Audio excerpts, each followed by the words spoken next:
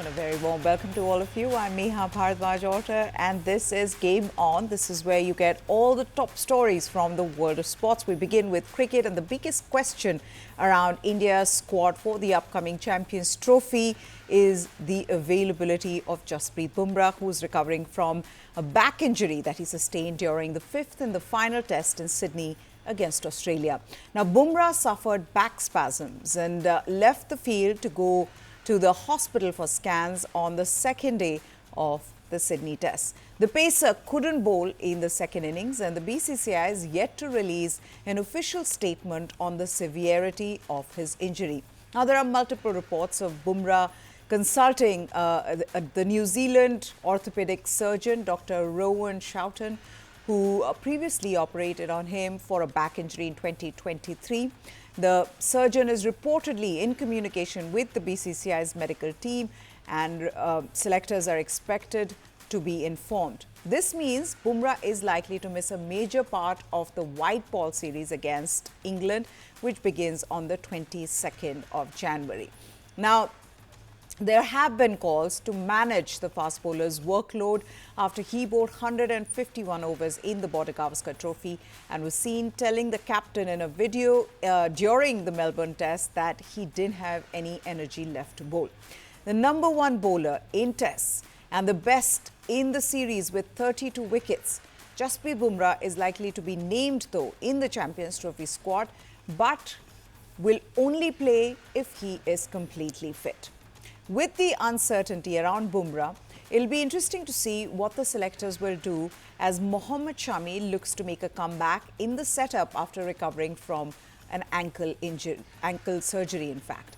The veteran bowler returned to competitive action in October last year after spending a year on the sidelines owing to an injury that occurred during the 2023 ODI World Cup. Shami is currently taking part in the Vijay Hazare Trophy, and the selectors will be keeping a tab on his performance. While there is still no clarity on these two bowlers, India will likely have Mohammad Siraj and Arshdeep in the squad, along with two additional seamers for backup with options like Mukesh Kumar, Prasidh Krishna, or they could go for another all-rounder along with Hardik Pandya in Nitish Kumar Reddy, who impressed us all in Australia with his batting, though with bowling, he of course has much work to do. So, in the absence of Jasprit Bumrah, who will it be in case Jasprit Bumrah ends up missing the Champions Trophy due to this injury? Who will it be who will be the leader of India's pace attack? That's the big question that everybody wants an answer to. At the moment, there are just reports and speculation over his future ahead of the Champions Trophy. But in all likelihood, given that he bowled so much, he is possibly going to miss the series that starts against England on 22nd of January. Now, we're talking about injuries in the Indian camp, but there is a huge injury concern that looms over Australian camp as well. Their skipper Pat Cummins ahead of next month's Champions Trophy, with the pacer set to undergo a scan on his sore ankle. And the chairman of selectors, George Bailey, has refused to confirm his availability for the marquee event. Cummins has been troubled by this ankle issue throughout the Australian summer, but managed to guide his team to a 3-1 victory over India in the Border Gavaskar series recently. Bailey did not commit to whether Cummins was a certainty for the Champions Trophy starting on 19th of February. He said, and I quote, "Not really sure yet. We'll have to wait and see where that scan comes back and where it's tracking." Pat's obviously on paternity leave for the next little bit. There is a little bit of work to do. He's got a little bit of a sore ankle as well. So I think in the next week or so, he's got a scan coming there, and we'll get a bit more information around where that is at. Now, Australia announced their squad for the two-test away series against Sri Lanka with several stalwarts, including Cummins, missing from that list. The team made up mostly of fresh faces. They'll be captained by top order batter Steve Smith, Bailey, though, expressed confidence that pacer Josh Hazlewood, who was ruled out of the pink ball test at Adelaide due to a left side injury and missed the last 2 games as well due to calf strain, would be fit for the Champions Trophy. On Hazlewood not featuring in the Sri Lanka-bound squad, Bailey said he's working really hard, and all the news on how he's responding to the calf injury is coming along really well. It was just probably a little bit tight for this squad given the amount of time he would have missed. And again, looking how we potentially may structure up those loads, those quicks may be put under. It just worked out that unfortunately for him, he didn't quite get there in time for Sri Lanka test, but really confident that he should be fit and raring to go for the Champions Trophy. This also throws open the question that in case a team qualifies for the final of the World Test Championship, does that mean that they are not going to be then sending their top players in the squad? Look at this Australia squad that they've chosen against Sri Lanka. I mean, you have some of the big players missing from the series because Australia have already made it to the World Test Championship final. Okay, now let's move on to football. A pair of 18-year-olds gave Tottenham Hotspur fans reason to believe in a bright future on Wednesday's Lucas Bergwall and Archie Gray shown in a 1-0 victory over Liverpool in the first leg of their League Cup semi-final. Lucas Bergwall's first goal for Tottenham secured the win in the match, which was notable for a serious-looking injury to Rodrigo Bentancur and the first in-stadium announcement by a referee in the English game. 18-year-old Bergwall, he slotted home the winner in the 86th minute following a pass from Dominic Solanke, who thought 10 minutes earlier that he had given Tottenham the lead. That earlier goal was ruled offside after a VAR check for offside, and referee Stuart Otwell communicated the decision via a wireless microphone to spectators inside Tottenham Hotspur Stadium and to the TV viewers. In the 6th minute, Bentancur, the Uruguay fielder who plays for Tottenham, fell to the ground and lay prone after landing awkwardly when attempting a header from a corner. He was carried off on a stretcher to applause from around the ground after receiving treatment during a 10-minute delay. And Tottenham manager Ange Postecoglou confirmed after the game that Bentancur was conscious and he was talking. The second leg is at Anfield on 6th of February. And Liverpool, the defending League Cup champions, saw their 24-match unbeaten run in all competitions come to an end. And there was a hint of controversy about only the team's second loss of the season. Now, what was this controversy? Visiting players and manager Arne Slot, they were unhappy that Bergwall was on the field to score that goal, which proved to be the winning goal after he escaped collecting a second yellow card for a foul on Costa Simica's moments earlier. Indeed, Simica was off the field waiting to come back on having received treatment following Bergwall's tackle when the Sweden midfielder tucked home his finish.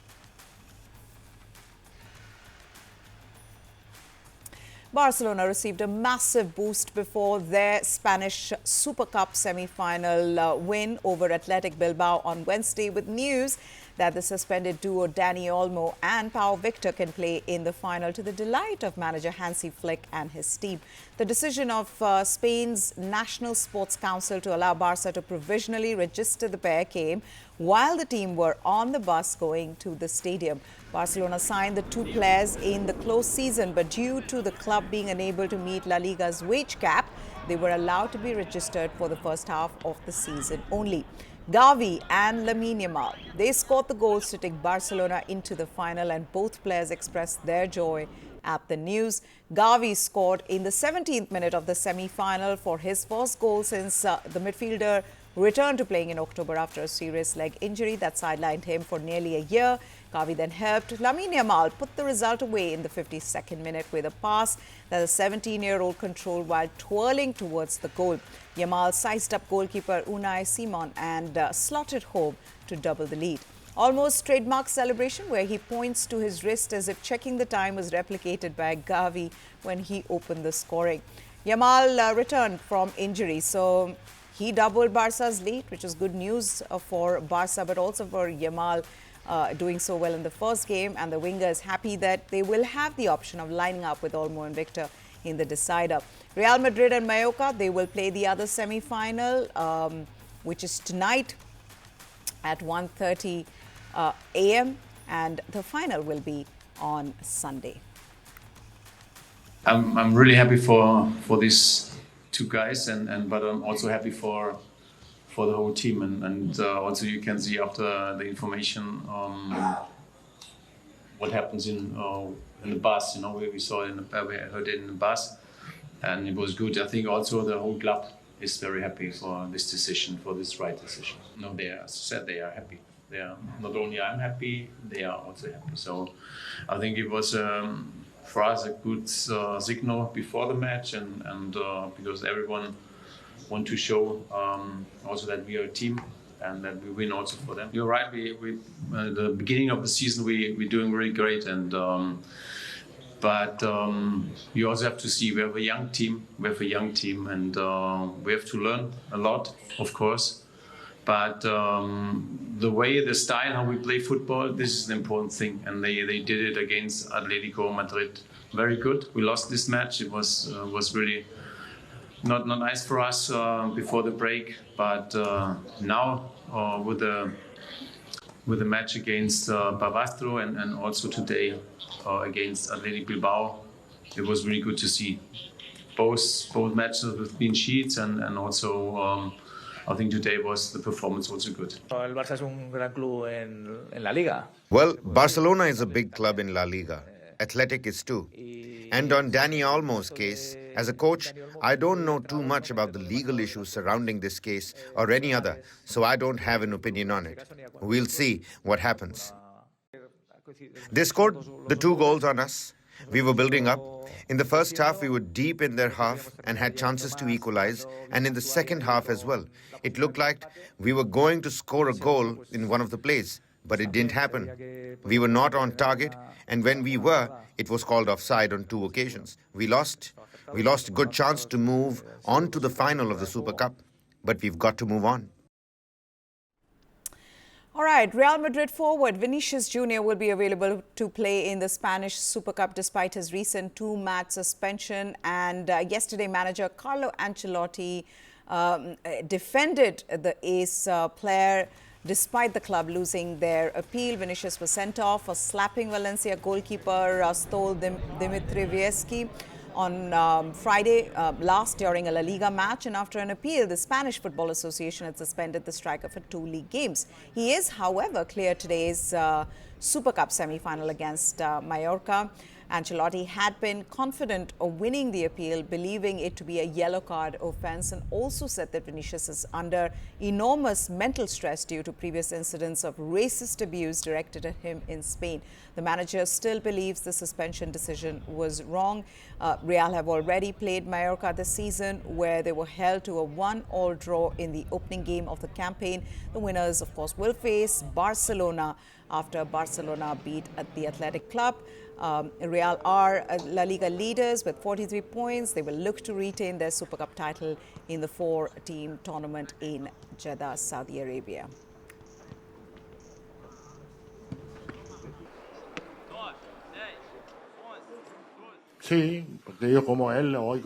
I continue to think that we are delighted with Vinicius in every aspect.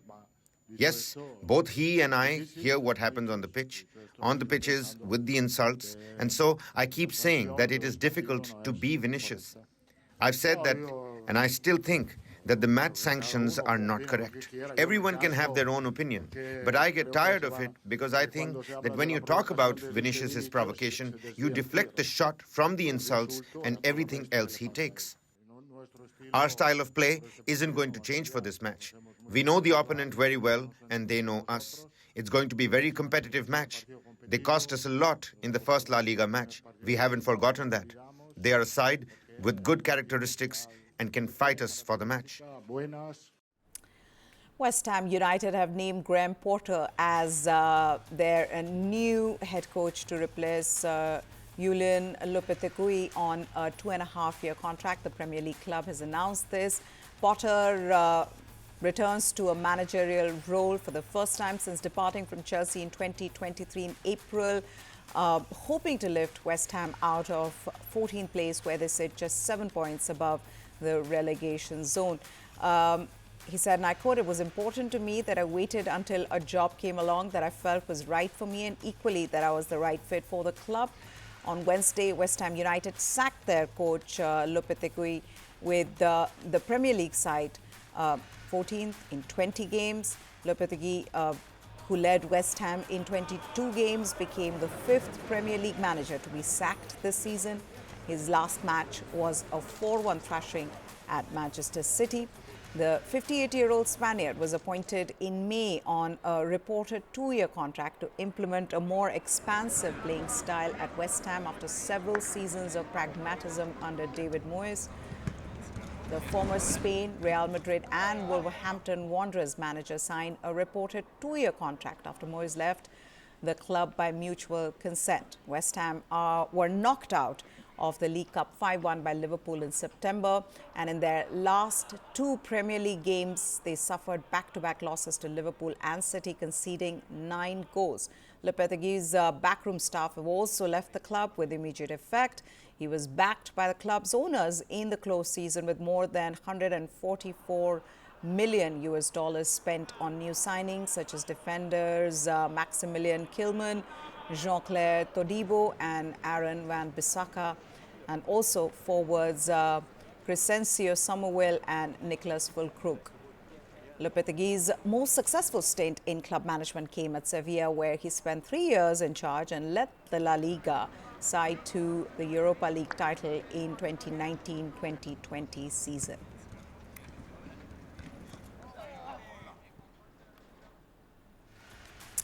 Now, this is an interesting one. After a 1-year delay, the new tech-infused indoor golf league created by Tiger Woods and Rory McIlroy finally was launched on Tuesday in Florida under bright lights in prime time, ushering in what organizers hope is a new chapter for the sport.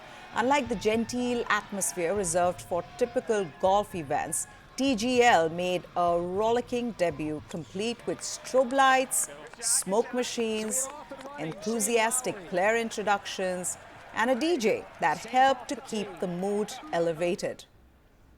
The virtual hole designs were also unlike anything players experience on tour, with golfers finding themselves playing on an active volcano, over an ocean curve, in a desert canyon, among mountain peaks, and on a boomerang-shaped fairway. While not competing in the season opener, 15-time major champion Woods and 4-time major winner McIlroy were among those in attendance, and both patrolled the playing area during warm-ups inside the custom-built arena that seats 1,500 people. TGL is a hybrid of virtual and real-life play, featuring teams of mic'd-up PGA Tour players hitting shots at a 5-story high simulator screen before moving to a green that can rotate 360 degrees, creating hole-to-hole variations. The threesomes played alternate shots of triples over the opening 9-hole sessions, then switched to singles for a head-to-head round, where each competitor played 2 full holes over the final 6.